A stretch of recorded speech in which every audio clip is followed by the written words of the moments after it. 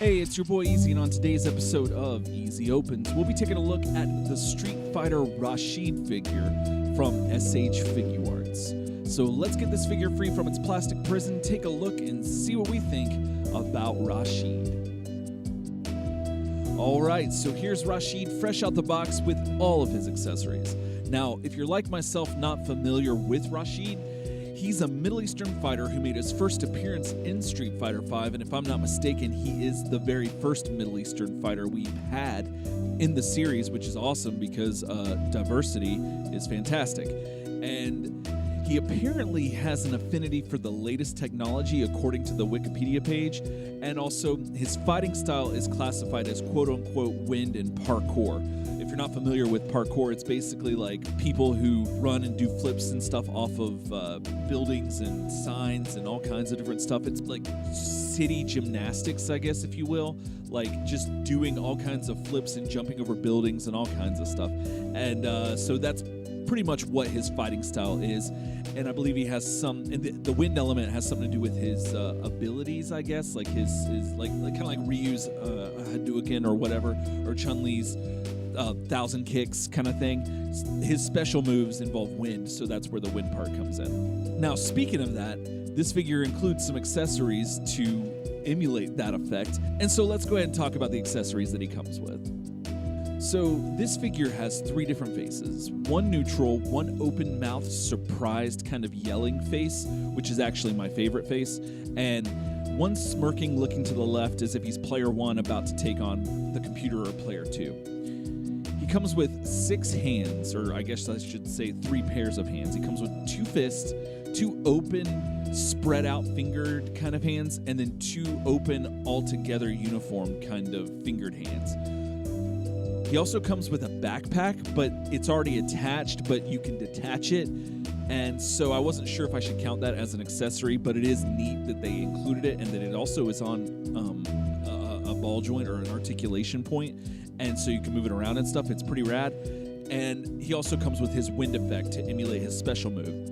This wind part is really cool. I believe you can put it on his hand or his feet. And so you can get a lot of cool dynamic poses out of that. And I'm really glad they're doing this with their Street Fighter line at the very least. And I hope it continues and goes on into other lines as well. He also comes with, like the rest of every Street Fighter Figuarts figure, 2 diorama sheets that are like backgrounds and stuff that you can use for photos. They're really neat. If you like them, that's cool. If not, that's cool too.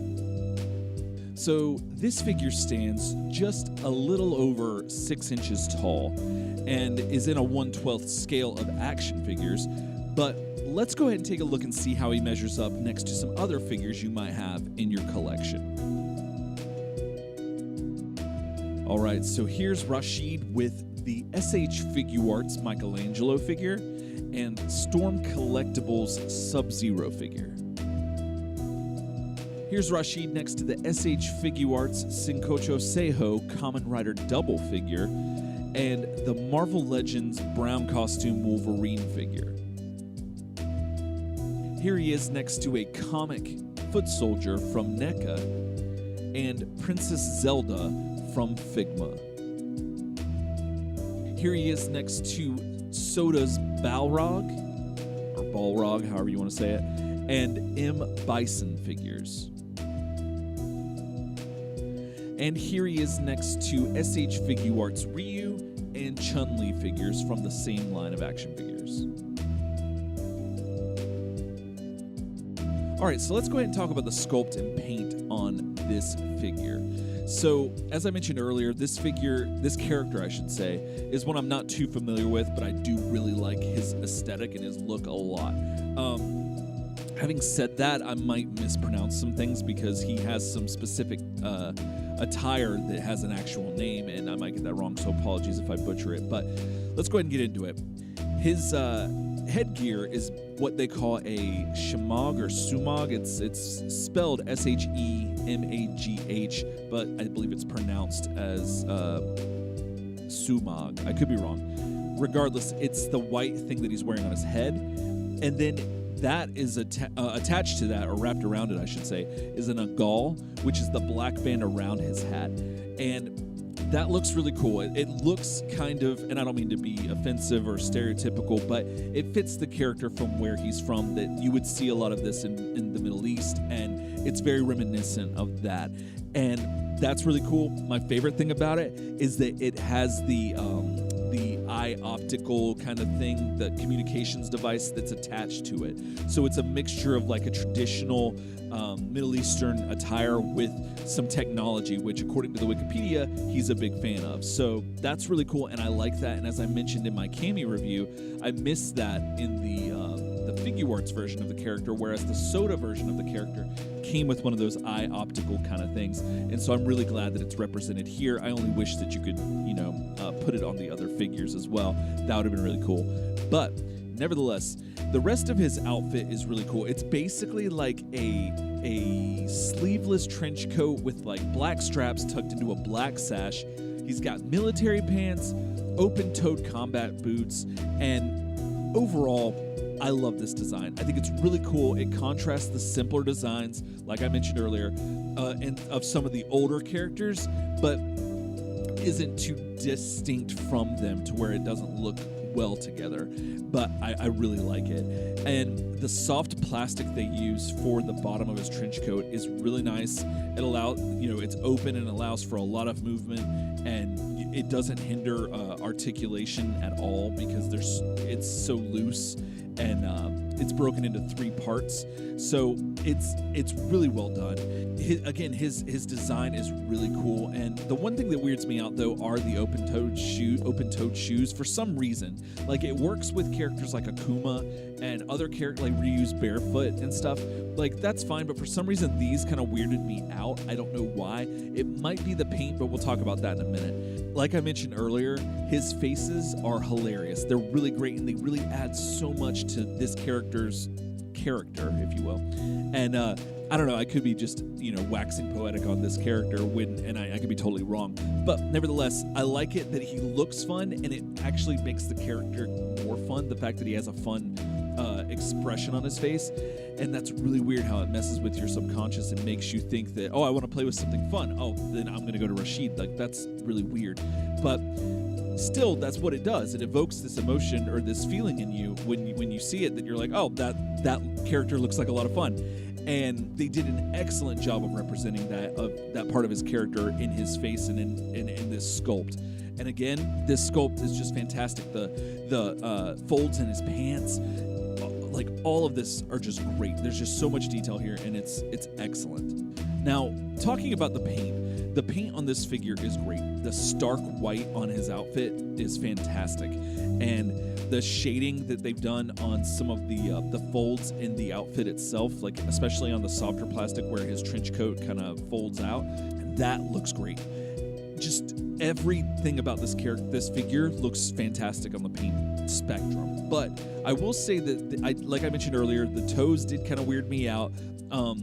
Just for some reason, I don't know why, it just looks weird to me. It might be a personal preference, but the paint on like his skin tones look really good. Some parts of it look a little bit more sunburnt than others, and I don't know if that was by design or by, factory error, or not even error, just them just kind of casually putting it on in a way to make it look less obvious. It ended up looking more obvious. I don't know. I could be wrong, but that's just my take on it. I think as it would be, or at least how I assume it would be, his toes are more sunburnt than the rest of his body because those are usually in direct sunlight, given that they're open-toed sandals that he's wearing.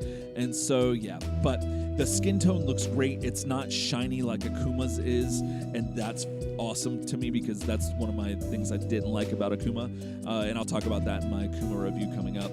But yeah, I can't talk about how much I really enjoyed this figure, or excuse me, I can because I just did, but I could keep talking about how much I enjoyed this figure and the sculpt and paint on this figure, but this is a Figuarts figure that just nails it, just does what they're always good at in making a really good representation of a character and representing it in plastic form. And that's what they've done here, and it's fantastic.